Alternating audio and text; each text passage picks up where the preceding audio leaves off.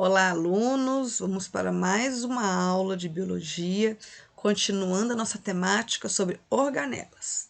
E na aula de hoje estudaremos lisossomos, peroxissomos, mitocôndrias e plastos, além também de vacúolos. Os lisossomos, eles são vesículas ricas em enzimas essas chamadas hidrolases. Essa organela, ela é formada a partir do complexo golgiense, tá? Então, vai se desprender, essas vesículas membranosas se desprendem das cisternas do complexo de Golgi e permanecem ali no citoplasma, onde vão desempenhar uma função hidrolítica de quebra, tá? Então, vai haver ali a quebra, são enzimas, muitas enzimas, em torno de 40 enzimas, e elas atuam especificamente, né, em algumas funções, dentre elas a digestão intracelular, quando a célula captura elementos pela fagocitose ou pinocitose, são os lisossomos que vão fazer a digestão desse material que entrou na célula. Mas ao longo da nossa aula a gente vai explicar que não é somente essa função, tá? Um detalhe muito interessante para a proteção da própria célula é que a célula geralmente tem um pH em torno neutro, em torno de 7,4, enquanto que dentro da vesícula lisossômica, ali existe um pH muito ácido, pH 3, que ativa essas enzimas. Então, se alguma dessas enzimas extravasarem acidentalmente, né, o que é muito raro, o citoplasma em pH adequado, normal, é um fator inibidor da ação dessas enzimas, certo? E o principal função dos lisossomos é isso, realizar a quebra de partículas que entraram através do mecanismo de digestão intracelular. Vamos entender mais. Nessa imagem, a gente pode ver aqui a digestão intracelular a partir da entrada de uma enzima, de uma substância sólida por fagocitose, tá? Então, esse partícula de alimento representado em verde está entrando na célula. A célula faz toda uma modificação da membrana plasmática para envolver essa partícula, esse alimento, e esse alimento também vai ser envolvido por uma membrana. Esse alimento envolvido por membrana, assim que ele entra na célula, é chamado de endossomo, tá? E o lisossomo que está ali nascendo, que se desprendeu, é o lisossomo primário, ok? Então, o lisossomo primário. Quando o endossomo se une ao lisossomo primário, agora a gente vai formar o agregado dos dois, que é chamado de lisossomo secundário, tá? Que é formado pela fusão do endossomo com o lisossomo, tá? Ali, aquelas enzimas, como nós falamos, em torno de 40, vão realizar a quebra de todos os nutrientes presentes ali naquela substância que está entrando, naquele alimento. Então, ali ele vai conter todas as enzimas necessárias para digerir a grande maioria dos alimentos, tá? Raras algumas exceções. Só que isso são ingredientes que a célula pode utilizar. Então, por exemplo, essa bactéria ou esse alimento tem proteína, tem DNA, porque tem células. Aí, essas enzimas quebram esses nutrientes e a matéria básica que compôs ele, aminoácido, nucleotídeo, ele passa através da membrana e é disponibilizado para a célula como material, tá? Então, é assim que vai acontecer. Aquele nutriente que é absorvido passa através da membrana desse vacúolo secundário, tá? É utilizada novamente pelo citoplasma e aquilo que não foi digerido permanece dentro da vesícula digestiva até que ele é eliminado para fora da célula por exocitose, tá? Então, esse seria basicamente o processo de digestão intracelular. Só que o lisossomo também participa de 3 processos: autofagia, apoptose e necrose. O que seriam essas 3 características? A autofagia está falando autofágico, né? Come a ele mesmo. Então, é a participação dos lisossomos na digestão de estruturas internas que estão envelhecidas, que não estão funcionando bem. Então, o lisossomo vai e digere essa organela. Como acontece? O retículo endoplasmático liso, ele vai envolver aquela organela que não está funcionando bem ou que precisa ser reduzida. Ele vai envolver, vai formar uma grande vesícula ao redor dessa organela. E aí vem os lisossomos, fundem-se com essa membrana que está envolvendo a estrutura que entrou e vai processar ali a digestão intracelular, tá? Então, esse seria a autofagia. Agora, apoptose. Tem situações que acontecem, principalmente na embriologia, que tem que haver uma modelação dos tecidos das células. Tem que haver diminuição daquelas estruturas. E aí isso vai acontecer por apoptose. Apoptose, então, seria a morte programada da célula. Imagina, quando nós somos formados na embriologia, a mão ela é uma só, tá? Ela é toda fechadinha, ela não tem a abertura dos dedos. À medida que o embrião vai se desenvolvendo, vai formando uma ossatura interna, né? Vai formar as estruturas mais diferenciadas. E aí vai morrendo células próximas à região que seria a abertura dos dedos, certo? Então, à medida que vai acontecendo a morte celular, aquele espaço ele vai sendo exposto e vai modelando aquele organismo. Também está relacionado com a regressão da cauda do girino, porque aí a cauda do girino vai tendo aquela morte celular programada, onde os lisossomos a célula vai formar pequenos fragmentos, e aí tem como reutilizar. E por último, a gente tem necrose. Né? A necrose é uma morte celular, mas não programada, enquanto que a apoptose é programada, a necrose é não programada, tá? Ela vai acontecer em casos de doença, em que acontece uma inflamação naquele tecido, e o tecido não consegue restabelecer o equilíbrio e ele pode entrar em necrose e morte. Tá? Então, é sempre na necrose um estado patológico para a doença que tá acontecendo ali, a situação que está ocorrendo. Né? Às vezes pode ser uma coisa local, pode ser um ferimento, né? Algum corte que agravou a circunstância e causou necrose, tá certo? Aqui a gente tem a comparação de necrose e apoptose. Nessas duas circunstâncias, vocês conseguem ver a grande diferença está no citoplasma. Enquanto que na necrose a gente tem um inchaço, a produção ali de estruturas toxigênicas que vão causar ali a destruição das células, a destruição das organelas, a liberação das enzimas que vão digerir toda a estrutura e causar como uma explosão celular, ela vai se fragmentando e desintegrando totalmente. Na apoptose, a gente tem uma fragmentação, a célula ela é subdividida em fragmentos, vocês estão percebendo aí, né? E aí a célula perdeu a sua estrutura, e esses fragmentos vão sendo lentamente reaproveitados, as estruturas ali presentes. Então, é uma situação natural, não agressiva, diferente da necrose, que é uma situação bem agressiva. Por curiosidade, aqui são algumas enzimas que estão presentes nos lisossomos e o que ela digere. A gente tem enzima que digere DNA ou RNA, a gente tem enzima que quebra o grupamento fosfato de quem? Né? De ATPs que estão ali, e de outras moléculas.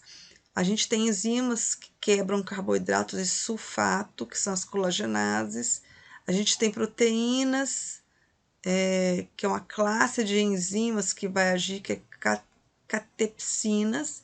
E a gente tem a fosfolipase, que vai quebrar os fosfolipídios.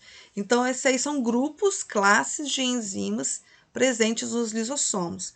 E aí vocês percebem a variabilidade de elementos que eles quebram, sendo muito importante, porque todas as estruturas que vão entrar ali provenientes de organismos vivos vão ter esses componentes aí presentes nele. Aqui é uma outra ilustração, mas eu queria mostrar para vocês a autofagia. Então, vocês estão vendo aqui, ó. Então, a gente tem membranas, além dos lisossomos, a gente tem membranas aqui que seriam do retículo endoplasmático granuloso, né? Ou, perdão, retículo endoplasmático liso, que está envolvendo aqui uma organela, uma mitocôndria, possivelmente porque ela está afuncional, com algum problema ali, não está conseguindo realizar as suas funções. E aí é feita uma sinalização, né, para que possa acontecer o processo. Temos também os peroxissomos, que são partículas esféricas, bem semelhantes aos lisossomos. Nesse caso, as enzimas, os grupos de enzimas são diferentes, e a principal função dos peroxissomos é fazer a degradação da água oxigenada. A água oxigenada ela pode ocorrer, né, através de reações espontâneas na célula, pois a gente tem todos os elementos necessários para formá-la. A gente tem oxigênio proveniente do sangue, a gente tem água. E essa combinação pode formar água oxigenada. Só que a água oxigenada é tóxica para a célula. E assim que ela é formada, ela precisa ser degradada. Então, internamente existem catalases que vão degradar a água oxigenada. Outra função é a desintoxicação. Então, as suas estruturas ali, as suas enzimas, elas vão degradar os compostos provenientes do álcool e por isso elas vão estar preferencialmente no fígado, vão estar em grande quantidade, essas organelas nas células do fígado, já que todo o sangue recém-absorvido do intestino passa pelo fígado justamente devido ao processo de desintoxicação, tá? Nos vegetais, não temos peroxissomos, mas o que vai funcionar semelhantemente aos peroxissomos é os glioxissomos. Então, ali vai ter o glioxissomos, que vai ter como função converter a gordura em glicose. Então, necessário assim para os vegetais. Vamos caracterizar agora as mitocôndrias. As mitocôndrias são organelas que possuem dupla membrana. Uma externa, conforme vocês podem ver no esquema ao lado, e uma interna que invagina, né, que fazem dobras formando cristas, né, chamado de cristas mitocondriais. Então, vocês podem ver. Internamente, existe uma matriz mitocondrial, onde é preenchido por uma substância, né, rica em quantidade de água, em enzimas, tá? Em proteínas ali presentes. E temos também ali cadeia de DNA mitocondrial. A presença de ribossomos e esse DNA permite que a mitocôndria tenha autonomia na síntese de algumas proteínas, possivelmente relacionadas ao metabolismo que ocorre ali, as reações químicas que ocorrem ali. O DNA também permite que haja autoduplicação da própria mitocôndria. Tá? A mitocôndria pode aumentar a quantidade de mitocôndria, tá? Devido à presença de DNA. Então, a mitocôndria tem essa capacidade de duplicação. O DNA mitocondrial é composto de 36 genes, e é interessante que todo esse DNA ele é exclusivamente materno, porque vamos lembrar um pouquinho na questão da fecundação, o ovócito é a célula feminina, na qual vai possuir as organelas, e quando a fecundação do espermatozoide, entra somente o núcleo, o material genético. O citoplasma do espermatozoide, ele fica fora, ele não penetra junto, tá? Por isso que em todos os seres vivos, né, que nascem, a mitocôndria, as organelas, elas vêm da mãe. E uma forma de fazer exame de maternidade, de descobrir a maternidade, é através do DNA mitocondrial. pois todos nós temos as nossas mitocôndrias exclusivamente maternas. Ok?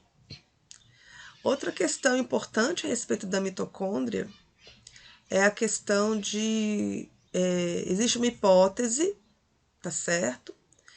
De como essas organelas poderiam ter surgido, que é chamado de hipótese endossimbiótica. Nas primeiras células, essa é uma hipótese, tá? Nas primeiras células que pudessem ter surgido, uma célula eucariótica poderia ter envolvido uma procariótica através de uma fagocitose, né? E estabelecido um mutualismo ali entre elas, e essa possível bactéria tenha se tornado uma mitocôndria, tá certo? Devido às características do DNA e do ribossomo ser muito semelhante aos dos procariontes. Então, no caso, essa hipótese foi proposta não somente da mitocôndria, mas dos plastos. Essa célula eucariótica teria envolvido uma bactéria, no caso da mitocôndria, e no caso dos plastos teria envolvido uma alga unicelular, né? Procariótica também. Ok? Então, já que a gente já falou aí, citou os plastos, daqui a pouco nós vamos comentar. Outra questão sobre as mitocôndrias, que nós vamos entrar em detalhes nas próximas aulas, é a sua função. A função das mitocôndrias é fornecimento de energia através de uma reação química chamada respiração celular. A maior parte dessa reação acontece dentro da mitocôndria, nas suas porções da matriz e das cristas mitocondriais. Os detalhes dessa equação química que acontece ali, nós vamos compreender na bioenergética, que é tema das nossas próximas aulas, tá? Agora, falando um pouquinho dos plastos, os plastos também são organelas de dupla membrana, uma externa e uma membrana interna, que vão formar as lamelas. Então, a membrana interna forma lamelas, que é como se fossem prateleiras, aonde sobre elas ficarão essas pequenas moedinhas, que são os tilacoides, tá? Os plastos estão presentes em células eucarióticas fotossintéticas, ok? Aí nós temos aí as plantas e as algas protistas. Vários tilacoides, né? Você percebe que os tilacoides estão empilhados, uns sobre os outros, formando um aglomerado que a gente chama de grânum. Os plastos têm vários grânulos. E esse agregado de grânum é chamado de grana. Preenchendo também os plastos, nós temos um estroma, porque precisamos de um meio líquido ali, onde ficam dissolvidas as enzimas, responsáveis também pelo metabolismo ali do plasto, ok? No estroma, e principalmente no tilacoide, nós temos dissolvidos ali uma importante molécula chamada de clorofila. No tilacoide existe maior concentração dessa substância. Por isso que ela tem essa evidência de estar mais verde. Tá certo? E a clorofila é uma importante substância responsável pela captação de energia luminosa, convertendo aí, né, em energia química para o processo fotossintético.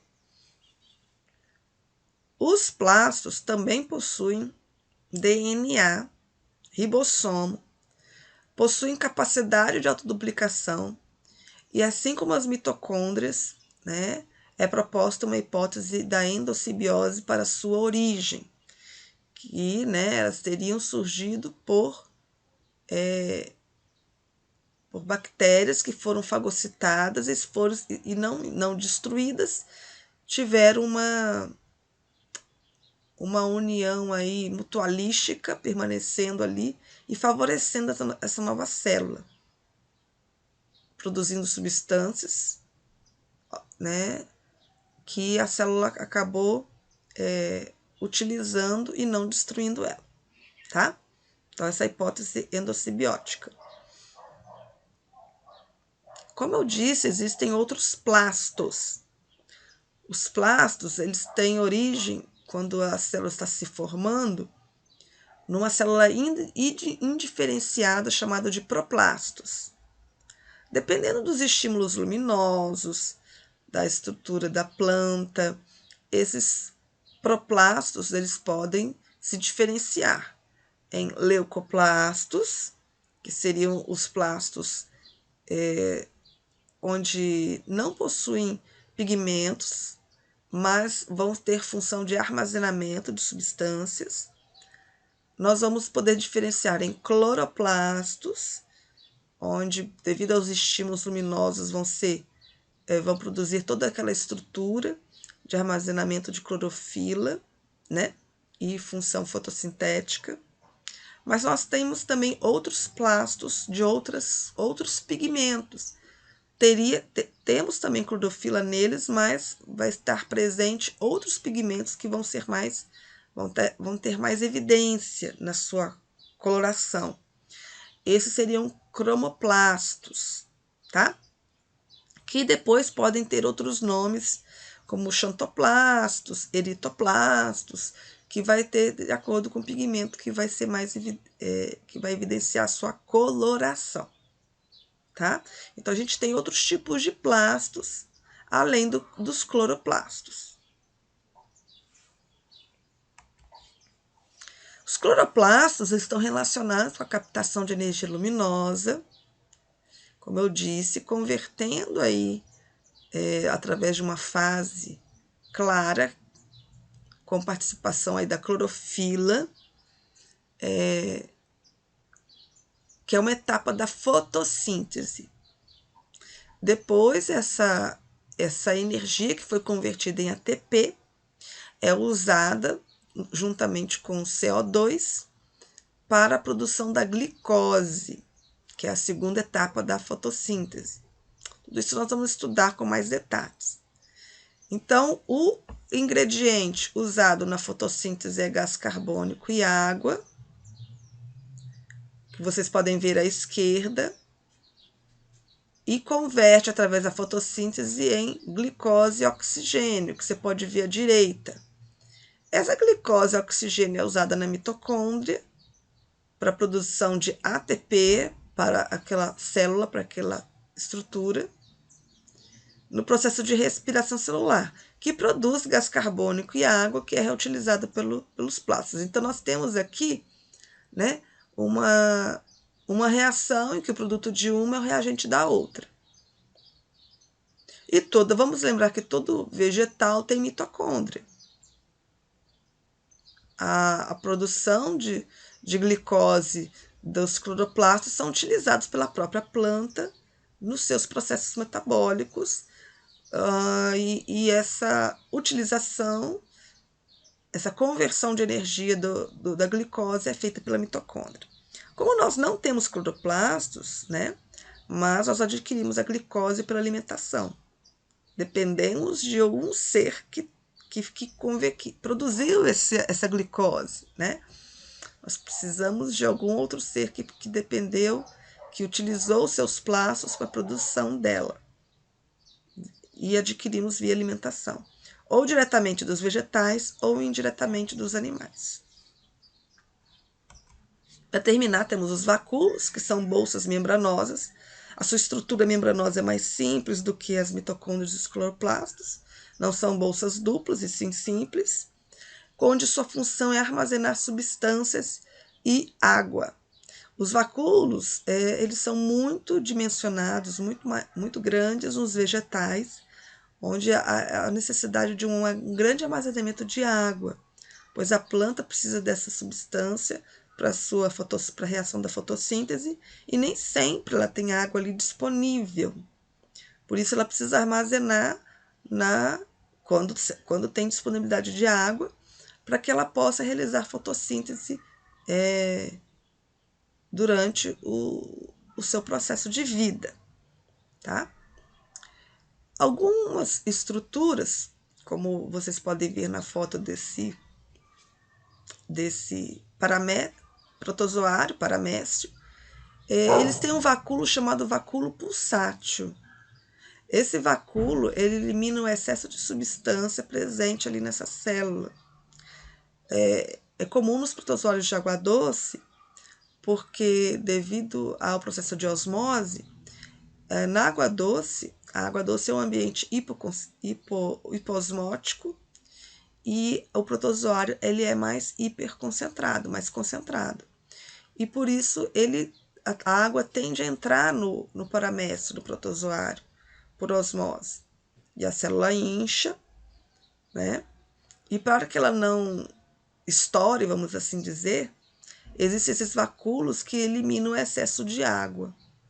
Nos protozoários de água salgada, isso não é necessário, pois ele está num ambiente isosmótico. E aí não há necessidade dessa liberação de excesso de água, porque não há esse excesso de água. Então, está mais em equilíbrio e os paramécios desse ambiente não necessitam desse vacúolo, sendo mais presente nos paramécios de água doce. Ok? Terminando assim, a gente vai dar a sequência no nosso exercício em classe, nosso momento presencial. Então, aguardo vocês. Um bom dia e até daqui a pouco. Tchau, tchau.